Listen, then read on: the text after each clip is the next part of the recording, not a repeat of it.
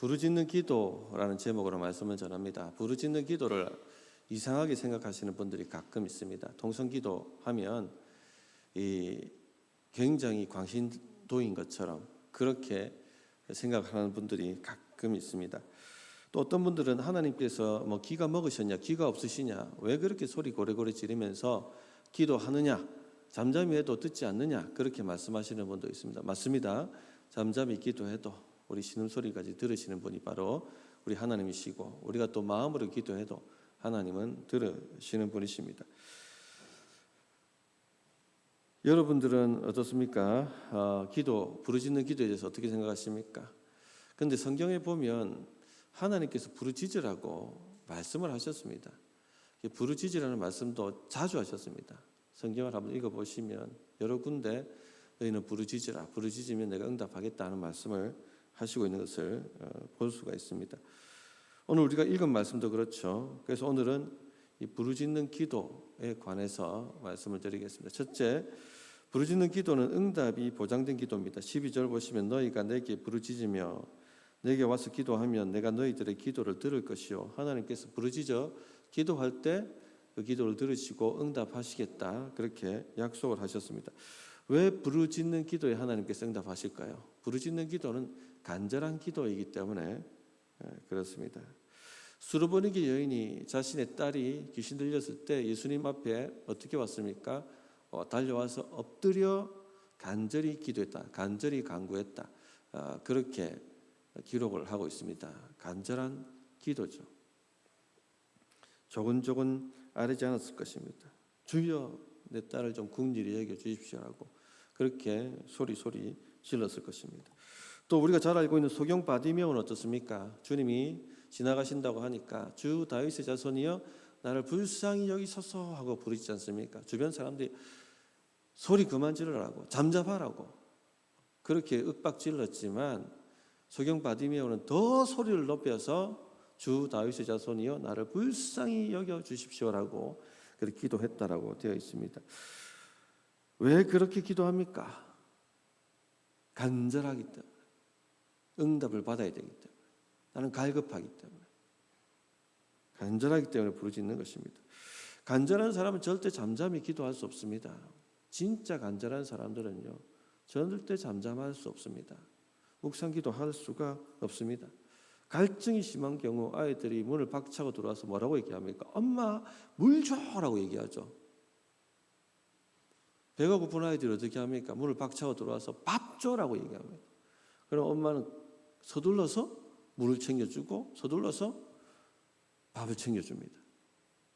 우리가 하나님께 나갈 때 이런 간절함으로 나가야 하는 것입니다. 응답해 주시면 감사하고 응답 안 해주셔도 뭐 괜찮고 이런 마음으로 나가는데 어떻게 응답이 있겠습니까? 하나님, 나 이 기도 응답 받아야 됩니다. 하나님 없으면 저는 안 됩니다. 하나님 도와주십시오. 그런 간절한 갈급함을 가지고 주님 앞에 나가야 되는 것이죠. 그렇다면 부르짖어야 합니다. 어떻게 잠잠할 수가 있겠습니까? 오늘날 부르짖는 기도가 약해졌다고 합니다. 왜 그럴까요? 간절하지 않기 때문입니다. 90년대 한국 사회가 정점을 찍었고 90년도 한국 교회도 정점을 찍었죠. 초고도 성장을 90년대 초까지 한국이 합니다. 그때 교회도 교세가 굉장히 확장되어서 그 시기를 한국교회 황금기라고 얘기합니다. 곳곳에 부흥회가 열리면 사람들이 구름대같이 몰려 들어왔고요. 철야기도는 밤새워서 우리가 기도하지 않습니까? 새벽에 동이 터오를 때까지 간절히 기도했고 산마다 기도원에서는 주여 주여 하면서 부르짖는 소리들이 곳곳에서 넘쳐났습니다. 그리고 그때는 캠퍼스 선교사역의 또 황금기였죠. 곳곳 캠퍼스마다 기도하는 모임이 조직되었고 또 집회들이 각 지역을 대표하는 그런 청년 집회들이 넘쳐났던 시기였습니다. 선교단체도 막 구름대처럼 일어나는 그런 시기였습니다.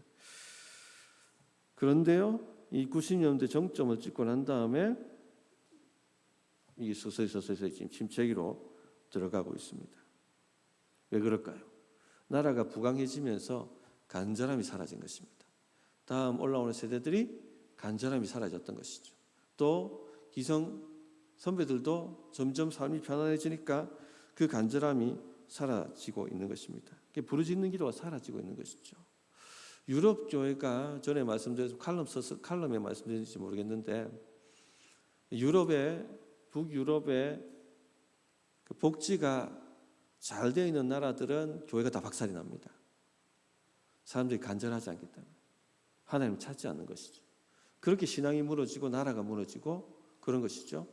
이 성경을 봐도 나라가 무너지는 순서가 그렇습니다. 간절함을 잃어버리고 나라가 부강하니까 하나님을 찾지 않는 것이죠. 그러면서 서서히 침몰해 가는 것입니다.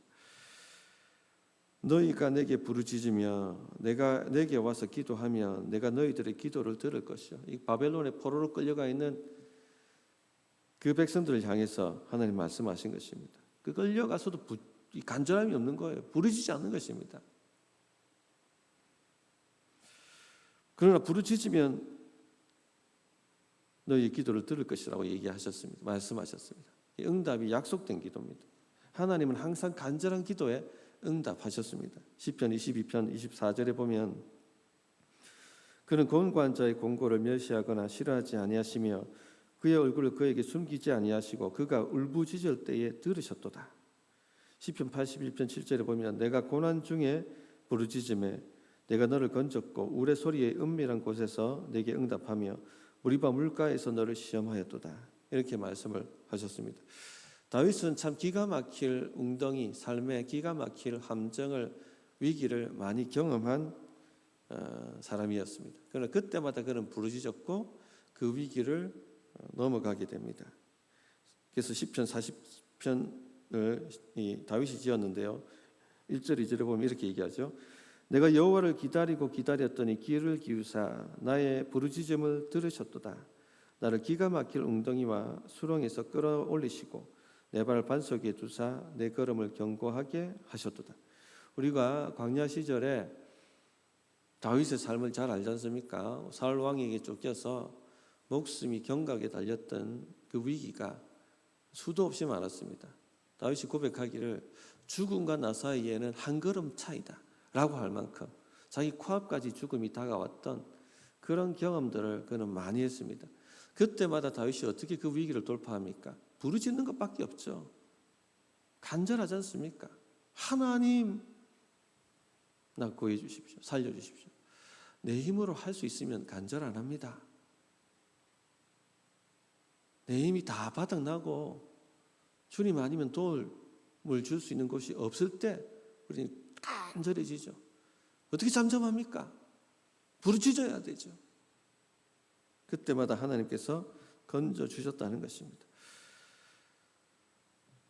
성도님들, 부르짖는 기도를 회복해야 합니다. 그래야지 내 인생이 살고 교회가 살고 이 나라가 사는 것입니다. 왜 이 나라가 지금 이런 모양 이 꼴로 자꾸 되고 있습니까? 배부른 한국 교회가 더 이상 부르짖지 않기 때문이 아니겠습니까? 그런 것을 생각해 봐야 합니다. 두 번째는요, 부르짖는 기도는 영적 각성을 일으킨다는 것입니다. 여호수아가 가나안 땅을 정복하고 난 다음에 죽습니다. 그리고 그 다음 세대가 이제 그 바톤을 물려받죠. 그런데 이 1세대 만에 이스라엘이 타락하지 않습니까? 바알과 아세라를 섬기기 시작하고. 어떻게 이런 일이 일어납니까? 하나님께서 기적으로 요단강을 갈라버리시고 여리고를 무너뜨리시고 믿음으로 그 땅을 정복하게 만드셨는데 그 표적과 이사를 보았던 백성들이 어떻게 1세대 만에 바알과 아세라를 섬기는 예배가 타락하게 된단 말입니까? 왜 이런 일이 일어났을까요? 말씀을 안 가르쳤을까요? 저는 그렇게 생각하지 않습니다. 그 1세대가 어떤 세대인데 광야 시대를 경험했던 세대인데 어떻게 하나님의 말씀을 안 가르쳤겠습니까? 아이들에게 말씀을 가르쳤겠죠. 우리 시대는 어떻습니까? 왜 한국교회 이렇게 쇠퇴합니까? 아이들 신앙생활, 신앙교육 안 했습니까? 한국교회가 투자 안 했습니까? 교육에? 제가 생각하기로는요, 우리 선배 세대보다도 더 많이 투자했을 것입니다. 그런데 왜 이렇게 됐습니까? 왜 이렇게 됐죠? 부르짖는 기도가 사라졌기 때문에 그렇습니다. 영적 체험이 없기 때문이죠. 결국은요. 영적 체험은 어디서부터 옵니까? 부르짖는 기도를 통해서 오는 것입니다. 머리에 있는 신앙 지식이 가슴에 경험되려고 한다면은 부르짖어야 되는 것이죠. 하나님을 찾아야 되는 것이죠. 머리에는 지식이 담겨 있는데 부르짖음이 없는 겁니다. 우리 수련회 아이들 데리고 가면 못합니까? 복음을 전하고 난 다음에 주님을 찾으라고 강력하게 부르짖으라고 부르짖는 기도를 인도하지 않습니까? 그런 것입니다. 이처럼 부르짖는 기도는요, 영적 각성을 일으킵니다. 들은 말씀이 가슴으로 경험되도록 만들어줍니다. 부르짖는 기도할 때 하나님께서 만나 주신다고 하셨습니다. 오순절 성령이 강림하실 때 마가다락방에 120명의 제자들이 어떻게 했습니까? 소곤소곤 기도했겠습니까? 힘써 기도했습니다. 사도행전 1장 14절에 보면 여자들과 예수의 어머니 마리아와 예수의 아우들과 더불어 마음을 같이하여 오로지 기도에 힘쓰더라. 그렇게 말씀합니다. 오로지 기도에 힘썼다. 이 단어가 부르짖어 기도했다는 여부를 알려주는 단어는 아닙니다만 맥락상 본다면 잠잠히 기도했을 리가 없는 것이죠. 주여 약속하신 성령을 부어주십시오. 그렇게 간절히 기도했을 것입니다. 그리고 성령이 임하시자 혀 같은 불이 혀가 임하고 그 성령의 충만한 사람들이 각 나라 방언으로 하나님의 위대하신 일을 선포하며 기도하며 찬양하지 않습니까? 그리고 교회사에 여러 부흥 스토리를 보시면 다 이 부르짖는 기도가 동반되었다 하는 것을 우리는 확인할 수가 있습니다. 그렇기 때문에 영적 각성과 부르짖는 기도는 상관관계가 있습니다. 내가 부르짖지 않으면 지금 내 영적 상태가 엉망이라는 것입니다. 내가 부르짖지 않으면 지금 내 영이 잠자고 있다는 것입니다. 부르짖는 기도를 잃어버리면 하나님께서 부르짖을 수밖에 없는 상황으로 우리를 몰아가십니다. 지금 우리가 경험하는 이 시대상이 그렇지 않는가? 이 한국교회의 어려움이 그렇지 않는가 생각합니다. 우리가 빨리 깨닫고 다시 주님 앞에 우리의 불쌍히 여겨달라고 부르짖어야 됩니다. 사사기 시대 때 하나님이 다 잃어버리지 않습니까? 그러니까 하나님께서 대적의 손에 그들을 파셨습니다. 가나안족들이 오히려 강성해져서 이스라엘 백성들을 억압합니다. 견디다 못하니까 어떻게 합니까? 그제서야 하나님이 기억해내고 그들이 한 일이 무엇입니까? 부르짖었습니다. 사사기 4장 3절에 야빈 왕은 철병거 900대가 있어 20년 동안 이스라엘 자손을 심히 학대하였으므로 이스라엘 자손이 여호와께 부르짖었더라. 성도님들, 우리는 이 지경까지 가지 않아야 됩니다. 매사에 부르짖어야 됩니다. 하나님 없이 되는 일이 있습니까? 주님께서 뭐라고 말씀하셨습니까? 너희가 나를 떠나서는 아무것도, 어떤 것은 할 수 있고 어떤 것은 할 수 없고, 이게 아니라 아무것도 할 수 없느니라 말씀하셨습니다. 주님이 도와주시지 않으면 작은 일에도 걸려 넘어지는 것이 우리들이고, 주님이 도와주시지 않으면 작은 일에 실수해서 인생이 나락으로 떨어지는 것이 바로 우리 인생입니다. 하나님, 내 길을 인도하시고 나를 충만하게 하시고 나를 사용해 달라고 우리는 부르짖어야 됩니다. 물론 잠잠히 기도할 때도 있습니다. 그러나 먼저는요, 부르짖는 기도가 훈련되어야 되는 것입니다. 부르짖는 기도 후에 잠잠한 기도가 효과가 있습니다. 우리 선배들은요, 부르짖는 사람들이었습니다. 한국교회 트레이드마크 하면 무엇입니까? 주여 아닙니까? 주여! 그래서 이것을 배워간 외국 목사님들도 코리안 스타일 프레이어 하자고 얘기하잖아요. 아니면 주여 프레이어 합시다 하고 그렇게 이야기를 하거든요. 우리 선배들은요, 조금만 힘들어도 부르짖었어요. 교회 와가지고 산에 올라가서 쭉 하고. 우리는 많은 기도거리를 가지고 있습니다. 그러나 부르짖는 기도가 사라지고 있습니다. 이것이 지금 우리 선배들과 우리의 차이입니다. 우리도 부르짖어서 영적 각성을 일으켜야 합니다. 그러므로 성도님들, 부르짖는 기도를 훈련하십시다.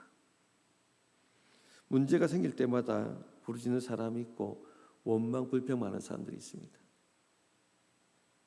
모세는요, 문제가 생길 때마다 부르짖는 사람이었습니다. 그러나 이스라엘 백성들은요, 문제가 생길 때마다 원망 불평하는 사람들이었습니다. 부르짖는 사람은 원망 불평하지 않습니다. 부르짖지 않기 때문에 원망 불평에 쌓여서 벗어나지 못하는 것입니다. 부르짖어 기도하면 응답이 있고 그런 믿음이 성장합니다. 그러면 문제 앞에 원망 불평부터 하지 않습니다. 그런데 그런 경험이 없으니까 할 수 있는 게 뭡니까? 원망하고 불평하는 것밖에 없는 것입니다. 책임 전가하고. 상황이 좋을 때는요, 누구보다 앞서서 찬양합니다. 소고치고 장구치고 여호와의 위대하심을 감사하고 차가운 양하고 재물도 갖다 바치고. 그러나 상황이 조금만 어려워지면요, 180도 달라지죠. 원망하고 불평합니다. 책임 전가합니다. 부르짖지 않기 때문에. 부르짖는 훈련이 안 돼 있으니까. 그러나 모세는요, 조그만 문제가 생겨도 어떻게 합니까? 엎드려 부르짖죠. 이것이 모세와 이스라엘 백성들의 차이였습니다. 차이를 만들어낸 것이 부르짖음입니다.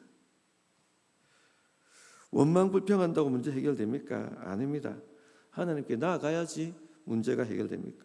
그래서 결국 이스라엘 문제 누가 해결합니까? 이스라엘 백성들이 해결했습니까? 아닙니다. 모세가 엎드려 부르짖음으로 문제를 해결했습니다. 출애굽기 15장 25절에 모세가 여호와께 부르짖었더니 여호와께서 그에게 한 나무를 가리키시니 그가 물에 던지니 물이 달게 되었더라. 마라의 쓴물을 누가 해결했습니까? 원망 불평하는 이스라엘 백성들이 해결한 게 아닙니다. 그들은 할 줄 아는 게 원망 불평밖에 없었습니다. 그러나 엎드려 기도하는 한 사람, 부르짖어 기도하는 그 모세의 기도를 들으시고 하나님께서 마라의 쓴물을 달게 만들어 주신 것입니다. 부르짖는 훈련을 하셔야 돼요. 조금 교회 자기 삶에 어려움이 생기면 교회 나와 부르짖어 마음을 토하고 근심 걱정을 맡겨드려야 됩니다. 그리고 응답을 경험함으로 믿음이 성장해 가야 되는 것이죠. 간증거리가 하나 둘씩 늘어가야 됩니다. 기도의 재미를 붙여가야 됩니다. 하나님이 살아계시다는 것을 맛보아 알아야 합니다. 부르짖어 마음을 토하면요, 짐이 옮겨집니다. 믿음이 올라옵니다. 속으로 응원을 기도하는 것과 차원이 다릅니다. 그래서 주님이 부르짖어 기도하라고 하시는 것이죠. 주님이 부르짖어 기도하라고 하실 때는 다 뜻이 있습니다. 부르짖어 기도할 때 기도가 인도됩니다. 우리 마음에 있던 두려움과 염려와 걱정이 토해내어지며 하나님에 대한 믿음이 일어납니다. 대부분 여기에 문제가 해결돼 버려야 돼요. 우리는 보통 걱정할 것도 없고 염려할 것도 없는 그런 문제를 가지고 염려와 걱정에 휩싸입니다. 그러나 부르짖어서 기도하기 시작할 때 이 염려와 걱정이 다 떠나가 버리죠. 아니 내가 왜 이런 것 가지고 염려했지? 아니 내가 왜 이런 것 가지고 답답해했지? 각성이에요. 영적 각성. 주님 앞에 이게 아무것도 아니거든요. 악한 영에 눌려서 그런 것입니다. 영들이 놀라서 떠나가니까 우리 영이 그 혼미했던 우리 영이 각성이 되니까 하나님이 눈에 들어오기 시작하는 거죠. 믿음으로. 문제가 별것 아닌 것처럼 보입니다. 믿음이 올라온 것입니다. 또 부르짖어 기도하다 보면요, 내 힘이 빠집니다. 내 힘이 빠졌을 때가 잠잠히 기도할 때입니다. 부르짖어 기도할 때가 있고 잠잠히 기도할 때가 있습니다. 그때 하나님의 음성이 들리고 내 생각이 바뀌고 기도의 방향이 잡히고 그렇게 되는 것이죠. 전에 1시간 기도하기라는 책을 가지고 유기성 목사님 책 가지고 세겹줄 할 때 한 권사님 예화가 있었지 않습니까? 교회 가다가 소매치기 당했는데 아이 학자금이 다 소매치기 당한 것입니다. 전도사역하고 집에 돌아와가지고 엉엉 울면서 불면서 기도했지 않습니까? 하나님 어떻게 이러실 수가 있어요? 하나님 어떻게 나를 안 도와주실 수가 있어요? 하나님 도와주세요. 간절히 부르짖고 한참을 기도하니까 힘이 쫙 빠진 상태에서 주의 음성이 들리지 않습니까? 내가 있는데 왜 염려하느냐?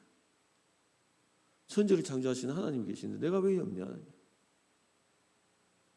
믿음이 올라오고 마음이 평안하니까 응답이 왔죠. 기적같이 문제가 해결되지 않습니까? 이런 경험들이 일어나야 합니다. 말씀을 정리하겠습니다. 어려움이 닥쳐오면 인간 상담자부터 찾는 분들이 계십니다. 물론 도움이 됩니다. 그러나 언제까지 그렇게 해야 하겠습니까? 우리가 믿음이 좀 떨어졌다든지 믿음이 연약할 때는요, 인간 상담자가 도움이 됩니다. 어느 정도까지는 우리를 일으켜 세웁니다. 그건 언제까지? 아닙니다. 이제 내가 서야 되는 것이죠. 그럼 어떻게 서야 됩니까? 부르짖어야 되는 것입니다. 내가 이제 하나님 앞에 나와서 하나님께 독대하며 부르짖어야 하는 것입니다. 평생 걱정하고 염려하면서 전전긍긍하고 살 것인가? 아니면 돌파해서 하나님의 능력으로 살 것인가? 정복하는 인생이 될 것인가? 부르짖는 기도에 달려 있습니다. 그럼 우리 성도님들 부르짖는 기도의 사람들이 다 되시기를 바랍니다. 네, 자, 말씀